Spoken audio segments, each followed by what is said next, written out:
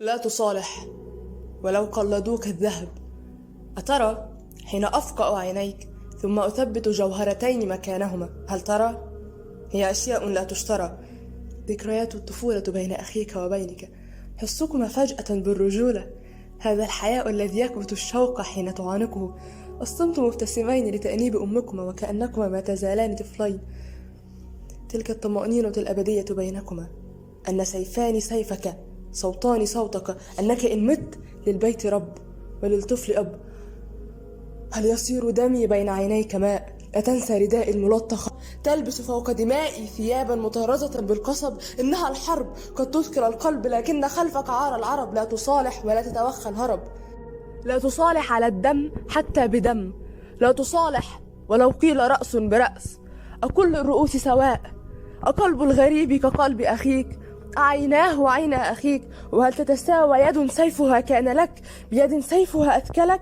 سيقولون جئناك كي تحقن الدم، جئناك كن يا أمير الحكم. سيقولون ها نحن أبناء عم، كلهم إنهم لم يراعوا العمومة في من هلك.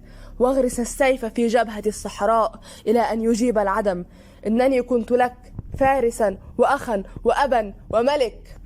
لا تصالح ولو حرمتك الركاض صرخات الندامة، وتذكر إذا لان قلبك للنسوة اللابسات السواد والأطفالهن الذين تخاصمهم الابتسامة أن بنت أخيك اليمامة زهرة تتسربل في سنوات الصبا بثياب الحداد. كنت إن عدت تعدو على درج الكسر، تمسك ساقي عند نزولي فأرفعها وهي ضاحكة فوق ظهر الجواد. ها هي الآن صامتة، حرمتها يد الغدر من كلمات أبيها ارتداء الثياب الجديدة، من أن يكون لها ذات يوم أخ، من أب يتبسم في عرسها وتعود إليه إذا الزوج أغضبها، وإذا زارها يتسابق أحفاده نحو أحضانه لينالوا الهدايا، ويلهو بلحيته وهو مستسلم ويشد العمامة. لا تصالح فما ذنب تلك اليمامة لترى العش محترقا فجأة وهي تجلس فوق الرماد. لا تصالح ولو توجوك بتاج الإمارة، كيف تخطو على جثة ابن أبيك؟ وكيف تصير المليك على أوجه البهجة المستعارة؟ كيف تنظر في يد من صافحوك فلا تبصر الدم في كل كف؟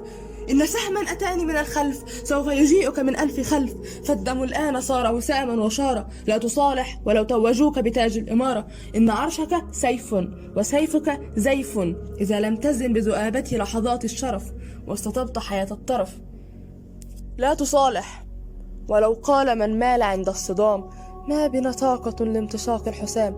عندما يملأ الحق قلبك تندلع النار إن تتنفس، ولسان الخيانة يخرس. لا تصالح ولو قيل ما قيل من كلمات السلام. كيف تستنشق الرئتان النسيم المدنس؟ كيف تنظر في عين امرأة أنت تعرف أنك لا تستطيع حمايتها في الظلام؟ كيف تصبح فارسها في الغرام؟ كيف ترجو غدا لوليد ينام؟ كيف تحلم أو تتغنى بمستقبل لغلام وهو يكبر بين يديك بقلب منكس؟ لا تصالح ولا تقتسم مع من قتلوك الطعام، واروي قلبك بالدم، واروي التراب المقدس، واروي أسلافك الراقدين إلى أن تجيبك العظام. لا تصالح لو ناشدتك القبيلة باسم حزن الجليلة أن تسوق الدهاء وتبدي لمن قصدوك القبول. سيقولون ها أنت تطلب ثأرا يطول، فخذ الآن ما تستطيع، قليلا من الحق في هذه السنوات القليلة. إنه ليس ثأرك وحده، لكنه ثأر جيل فجيل، وغدا سوف يولد من يلبس الدرع كاملة، يوقد النار شاملة، يطلب الثأر، يستولد الحق من أضلع المستحيل. لا تصالح ولو قيل إن التصالح حيلة، إنه الثأر تبهت شعلته في الضلوع إذا ما توالت عليه الفصول، ثم تبقى يد العار مرسومة بأصابعها الخمس فوق الجباه الذليلة. لا تصالح ولو حذرتك النجوم ورمى لك كهانها بالنبأ. كنت أغفر لو أنني مت ما بين خيط الصواب وخيط الخطأ. لم أكن غازيا، لم أكن أتسلل قرب مضاربهم، لم أمد يدا لثمار الكروم، أرض بساتينهم لم أطأ.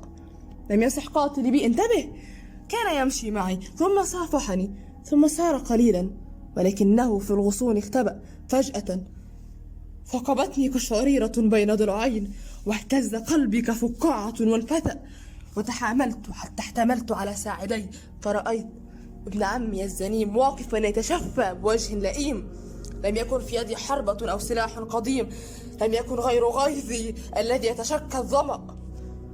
لا تصالح إلى أن يعود الوجود لدورته الدائرة، النجوم لميقاتها، والطيور لأصواتها، والرمال لذراتها، والقطير لطفلته الناظرة.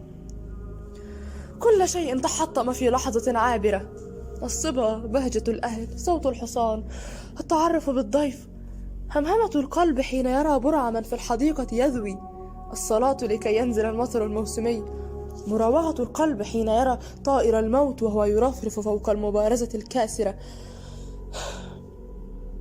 كل شيء تحطم في نزوة فاجرة، والذي اغتالني ليس ربا ليقتلني بمشيئته، ليس أنبل مني ليقتلني بسكينته، ليس أمهر مني ليقتلني باستدارته الماكرة.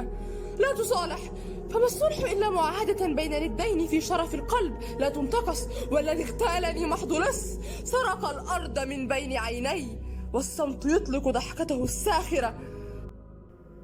لا تصالح ولو وقفت ضد سيفك كل الشيوخ والرجال التي ملأتها الشروخ، هؤلاء الذين تدلت عمائمهم فوق أعينهم وسيوفهم العربية قد نسيت سنوات الشموخ. لا تصالح، فليس سوى أن تريد. أنت فارس هذا الزمان الوحيد، وسواك المسوخ. لا تصالح، لا تصالح.